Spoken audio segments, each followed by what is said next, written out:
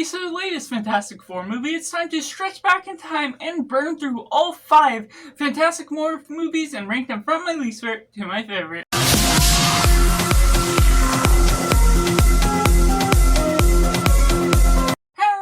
Cinema, where we focus on a film. I'm Josh, this is Simply Cinema. Let me know in the comments below how you would rank the fantastic movies you've seen. And let's get a nice discussion going about what makes these films fantastic and not so fantastic all the same. And taking in last place, we have Four Firet Steps from 2015. Just the way you're going about this just feels cluttered with a structured mess that doesn't have a way of going about the navigation of its story. It feels cluttered with so much from studio interferences that just went through multiple different stories that doesn't end up coming out with a complete package when the main characters of the Fantastic get their origin and powers about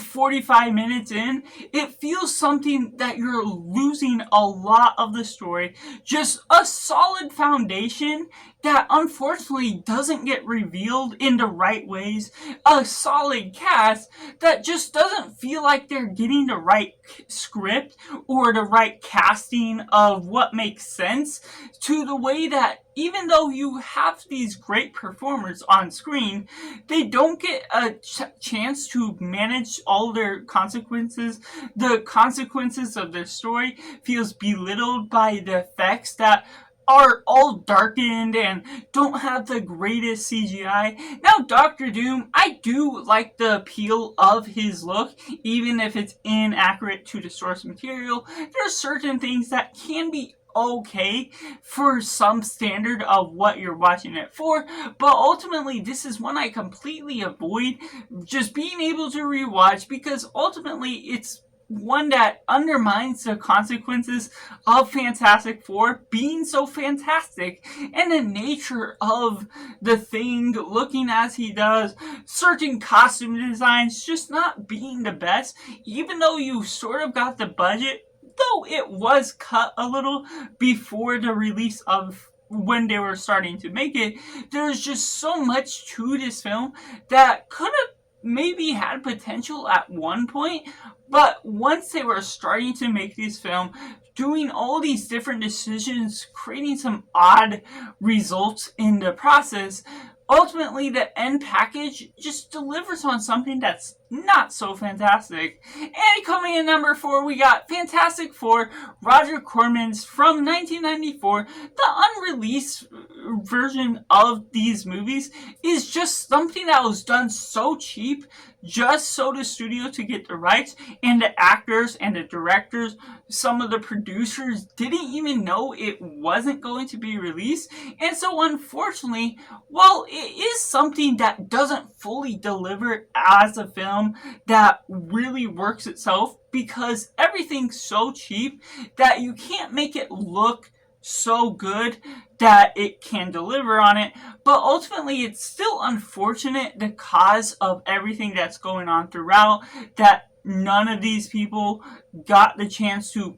fully be immersed and exposed to the general public. And the way you're all going about the story is unfortunate, because even though Mr. Fantastic is good in the stretching arm of what they were able to pull off, the costumes are very little and minimal to the effect you're giving off. It just pays off just the right homage. There's some of the characterization that I do enjoy out of this a little bit more, which is why I have to put it over Fantastic. But the follow-up to where you're going with these characters, though you're getting a little bit more of a proper storyline to this, there's just a minimal effect, a minimal amount of emotion that you can express within this film, because it's so short within its runtime and not necessarily being able to actually contain a solid story that builds on the emotion, builds upon the stakes,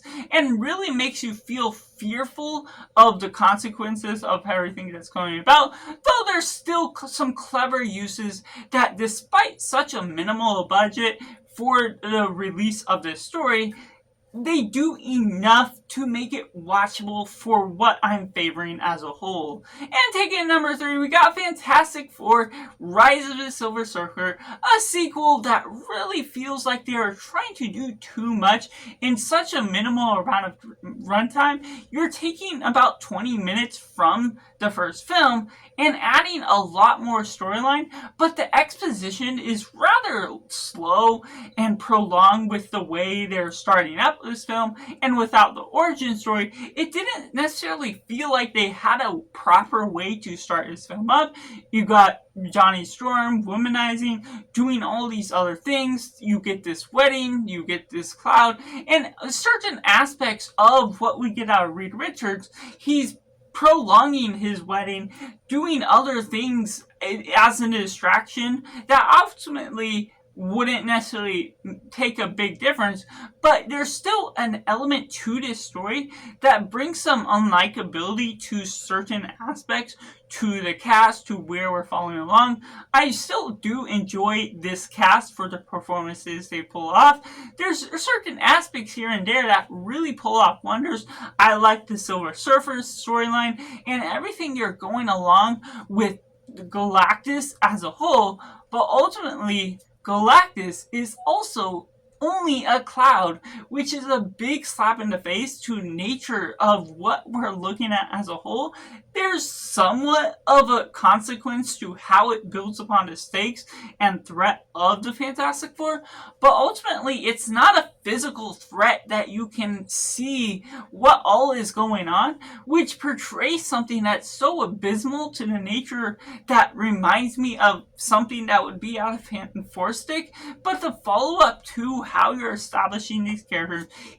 has a grounded base that is really delivering on some fronts, but ultimately because you're not fighting off that physical threat, because they're having to do all these lab experiments with the Silver Surfer, figure out and be trapped some of the time within the jail of the army, how you follow up with that is just not building up to the consequence and the surmountable means that this film could ultimately lead on to if Galactus wasn't so much of a cloud and more of something that they could have more action, have more involvement within the stakes of the plot that really limits the means of Fantastic Four, what their characters do within this film, that just has so many different things going on and ultimately undermines the means that it's all going for. And as my runner-up, we got Fantastic Four 2005, one that establishes a well-meaningful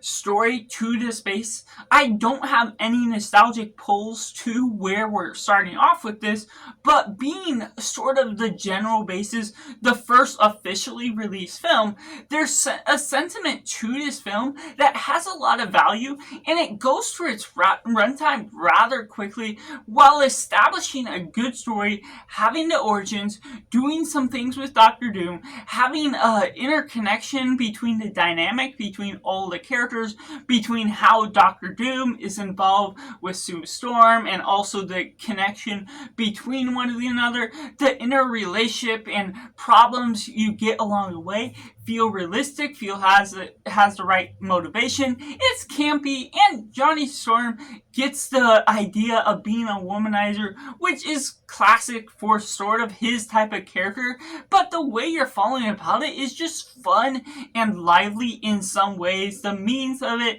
is, while it's kind of outdated by its CGI terms, it's still really watchable by the nature of being able to look at it and see the appeal that's all going for, having the comic book feel that's campy, it's funny, and has all the quirks and laughs along the way. So there's still a standard to looking at this film, having the classic Doctor Doom villain, and being able to manage all the standards that this film is all asking, and being able to establish a great cast, having an origin story that, even though it lasts a decent amount of the beginning of the exposition, it doesn't ultimately feel like it's overstayed its welcome for for the amount of screen time that the Fantastic Four you get as a whole, which really gives you an amount of time for the Fantastic Four to explore their powers, to discover them for the first time, which creates all the intrigue and questions you get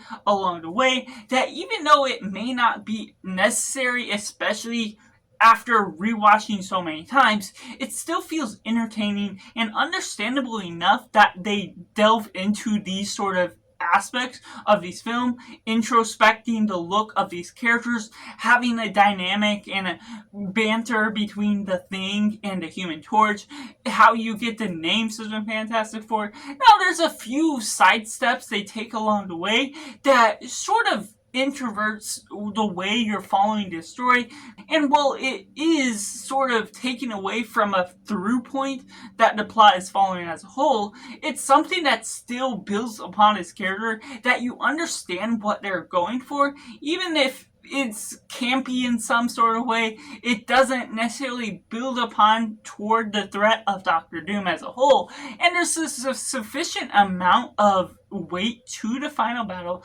that you see the ideas, the fate that is all building on Doctor Doom not necessarily being subversive within how he changes his ideals, that once you're getting him some power as Doctor Doom, you're loving the aspects that are all building up as a whole. That is ultimately more enjoyable than I would have remembered it to be, for the amount that this really is serviceable to the nature of being a comic book film, of being campy, and even though it's not surmountable or modernized in,